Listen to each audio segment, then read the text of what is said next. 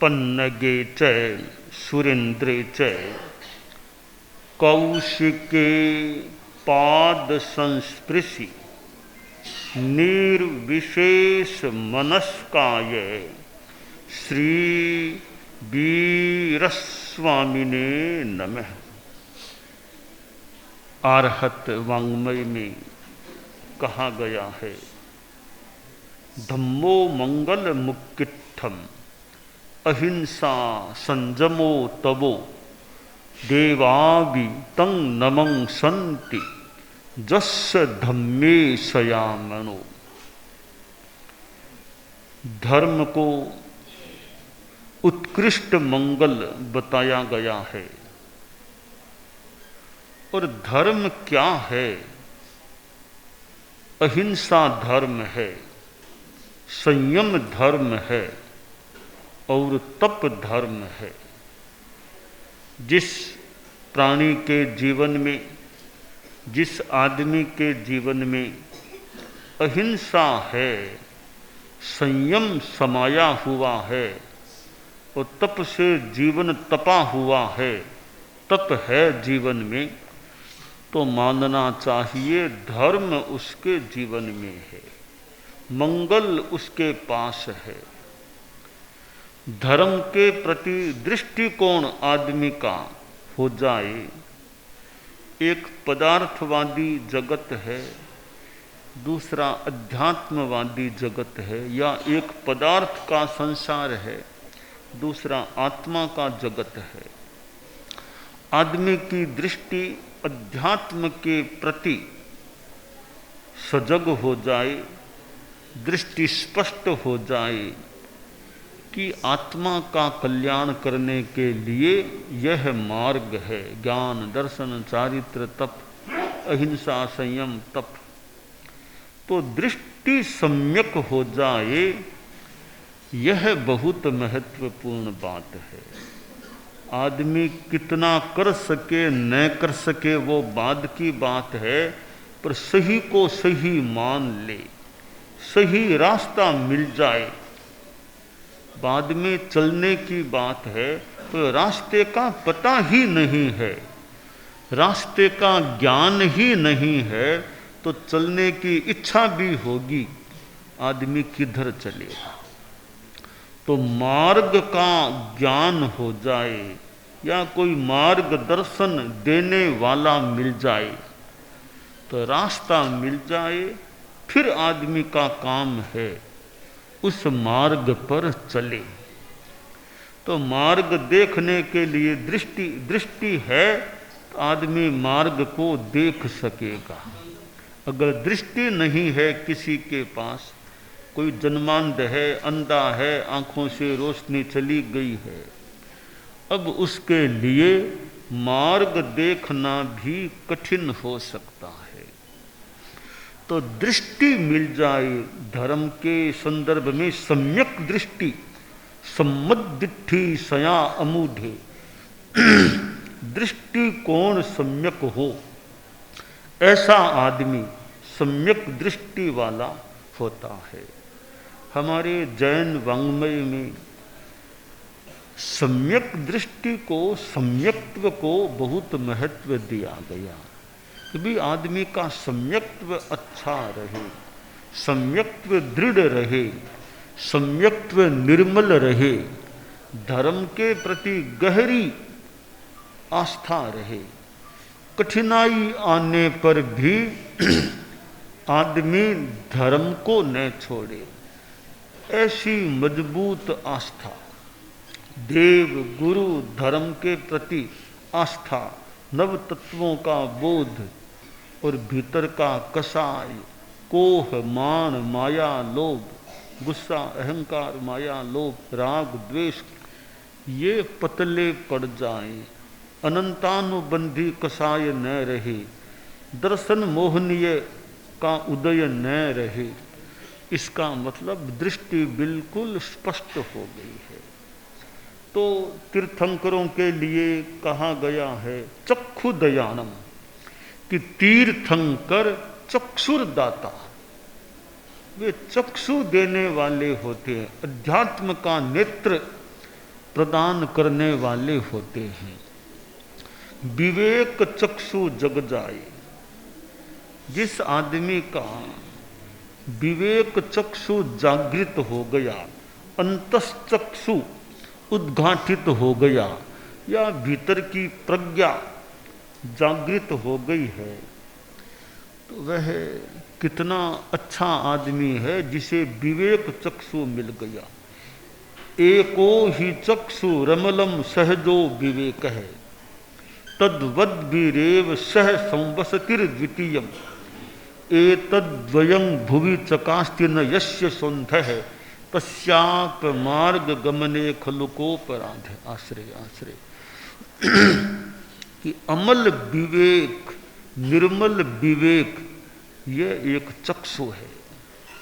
मान लो खुद का विवेक नहीं है, तो जो विवेकशील आदमी हैं, ज्ञानी हैं, उनकी संगति करे, उनको देखे, वो बताएं, उस पर ध्यान दे ले, वह भी एक अच्छी बात है। खुद का विवेक है तो बढ़िया, खुद में इतनी अक्ल, इतनी प्रज्ञा नहीं है, तो जो ज्ञानी लोग हैं उनके द्वारा बताए गए रास्ते पर आदमी चले तो भी कुछ ठीक है। आदमी कोई अंधा है, स्वयं तो रास्ता देख नहीं सकता, तो दूसरा कोई हितैषी उसको ले जाए, उसके सहारे सहारे चले तो भी रास्ता पार हो सकता है। तो खुद का विवेक जाग जाए, खुद की चक्षु ठीक हो, खुद की प्रज्ञा हो, फिर तो बहुत ही अच्छी बात हो सकती है। आज हमारा यहाँ वागदरी आचार्य महाप्रज्ञ नेत्र चिकित्सालय, आचार्य महाप्रज्ञ चिकित्सालय में आना हुआ है, और योग संयोग नियति जैसी होती है तो एक संस्थान में आना हो गया, और खासकर महाप्रज्ञ जी गुरुदेव का नाम जुड़ा हुआ है चिकित्सालय के साथ। तो हमारे गुरुदेव आचार्य श्री तुलसी जो कभी इस आसपास की एरिया में सन 1983 में पधारे थे, और आज हमारा भी इस एरिया में या आसपास की इस एरिया में आना हो गया है। आचार्य श्री महाप्रज्ञ जी के नाम से यह चिकित्सालय है, और आचार्य महाप्रज्ञ जी बचपन में साधु बन गए थे। जीवन के 11वें वर्ष में ही वे संत बन गए थे। तमकोर जैसा छोटा गांव, तमकोर जैसे छोटे गांव से संबंधित आचार्य महाप्रज्ञ जी एक बालक के रूप में परम पूज्य कालूगणी के पास पहुँचे थे और मुनि बन गए थे, और गुरुदेव तुलसी, मुनि तुलसी का सामीप्य मिला, योग मिला, और एक बालक थे वो आगे बढ़े, एक ज्ञान के क्षेत्र में आगे बढ़े, और मुनि अवस्था में ही हमारे धर्म संघ में मानो ख्यातनामा, एक दार्शनिक संत, ज्ञानी संत, साहित्यकार, एक ख्यातनामा संत बन गए थे। और बाद में तो और उनका विकास हुआ, और आचार्य श्री तुलसी ने उनको अपना उत्तराधिकारी युवाचार्य मनोनीत कर दिया था। और बाद में तो अपूर्व घटना घटी कि आचार्य श्री तुलसी ने अपने जीवन काल में ही महाप्रज्ञ जी को आचार्य पद पर आरूढ़ कर दिया। हमारे धर्म संघ की वो पहली, आज तक की पहली घटना है कि कोई आचार्य जीवन काल में आचार्य पद छोड़ दे। सामान्यतया आचार्य पद मिलता है जीवन भर के लिए, अंतिम श्वास तक आचार्य पद पर रहा जाता है। फिर गुरुदेव तुलसी ने अपूर्व कार्य किया और महाप्रज्ञ जी को अपूर्व आचार्य पद प्राप्त हुआ। दोनों अपूर्व हैं, देने वाले भी अपूर्व, जिनको मिला वे भी इस माने में अपूर्व हैं कि आचार्य महाप्रज्ञ जी को अपने गुरु की सन्निधि में आचार्य पद पर काम करने का, सेवा देने का मौका मिला था। आचार्य श्री महाप्रज्ञ जी में जो एक ज्ञान था, हमारे जैन आगम हैं उनका जो ये संपादन, अनुवाद आदि जो कार्य हैं, उस काम को आगे बढ़ाने में आचार्य महाप्रज्ञ जी मानो बहुत ही योगदायी हैं। कितना समय उनका जैन आगमों के संपादनादि कार्य में लगा था। फिर प्रेक्षा ध्यान जो हमारे यहाँ चला है, अनुव्रत आंदोलन चला, गुरुदेव तुलसी ने जो शुरू किया, फिर गुरुदेव तुलसी के ही समय में प्रेक्षा ध्यान पद्धति और शुरू हो गई। और प्रेक्षा ध्यान अध्यात्म की साधना तो मानो भीतर की दृष्टि को खोलने में और सहायक बनने वाली चीज बन सकती है। तो ऐसे प्रेक्षा ध्यान को एक आगे बढ़ाने वाले कितने शिविर प्रेक्षा ध्यान के महाप्रज्ञ जी प्रवर के द्वारा संचालित हुए थे। फिर जीवन विज्ञान की बात कि शिक्षा जगत में ये विद्यार्थियों में जीवन विज्ञान, जीने की कला, उसमें भी थोड़ा योग, ध्यान का योग। तो ऐसे आचार्य श्री महाप्रज्ञ जी के नाम से यह जो नेत्र चिकित्सालय है, एक संत पुरुष, आचार्य पुरुष का नाम इस चिकित्सालय के साथ जुड़ा हुआ है। और यों आचार्य श्री महाप्रज्ञ जी हमारे धर्म संघ 13 पंथ के 10वें आचार्य थे बिल्कुल स्पष्ट है। पर उनका जो व्यक्तित्व था वो बाहर भी फैला हुआ था। उनका साहित्य, उनके प्रवचन, ये प्रेक्षा ध्यान, जीवन विज्ञान, ऐसी चीज़ें तो 13 पंथ तक सीमित नहीं। अनुव्रत भी बाहर फैलने वाला तत्व था, बाहर फैला था, बाहर भी फैला था। इधर प्रेक्षा ध्यान, जीवन विज्ञान, ये भी बाहर फैले थे। तो महाप्रज्ञ जी गुरुदेव 13 पंथ के ही अनुशास्ता थे। 13 पंथ के तो उनका व्यक्तित्व विराट था। तो ऐसे संत पुरुष, आचार्य पुरुष के नाम से यह जो नेत्र चिकित्सालय है और आज हमारा यहाँ आना हुआ है, तो एक नियति का कह दें, कुछ भी कह दें कि मेरा आना हो गया और अच्छी बात है। गुरुदेव महाप्रज्ञ जी के नाम से जुड़ा हुआ जो प्रांगण है, जो चिकित्सालय है, जो स्थान है, वहाँ आना हुआ है। तो यहाँ खूब धार्मिक आध्यात्मिक माहौल भी रहे। यहाँ जो मरीज आए, बाहर की आंख मान लो ठीक हो, और कामना करे उनकी भीतर की आंख भी, भीतर की धर्म की वो आंख भी उद्घाटित होती रहे। एक अंधा आदमी था, तो वो एक बाबा के पास चला गया। बोला, बाबा मैं तो एक चक्षुर विहीन आदमी हूँ, अंधा हूँ, किसी की सहायता से आपके पास आया हूँ। मेरा सौभाग्य नहीं है कि मैं आँखों से आपको देख सकूँ, पर आपके बारे में सुना था तो इच्छा थी कि मैं भी आपके नैकट्य में आऊँ। और बाबा कोई चमत्कार कर सको तो कर दो, मेरी आंखें खोल दो। बहुत मैं परेशान हूँ, यानी अभाव है आंखों का। किसी तरह कोई वरदान देना हो तो शक्तिपात करो, जो भी कुछ आप करना चाहो करके मुझे सचक्षु बना दो, अचक्षु को सचक्षु बना दो, आंखों में रोशनी आ जाए। तो पता बाबा का कोई अपना साधना का और का सिद्धि का कोई बल था। बाबा ने थोड़ा माथे पर हाथ रखा, आंख पर यूं हाथ लगाया कि तथास्तु आंखें खुल जाएगी। कुछ ही क्षणों में आंखें खुल गई, रोशनी सब दिखने लग गया। बोला, बाबा मुझे धन्य कर दिया, थोड़ा सा आपका हाथ का स्पर्श हुआ, मेरी आंखों में रोशनी आ गई। जीवन भर क्या, अगले जन्म तक मैं आपका आभारी रहूंगा। ठीक है, वहां से रवाना हो गया। 10-15 दिन बीते। वो बाबा थोड़ा यूं भ्रमण कर रहा था, घूम रहा था। योग की बात, वो आदमी जिसको वो आंखें दी थी बाबा ने, रोशनी दी थी, वो थोड़ा आगे आगे चल रहा था।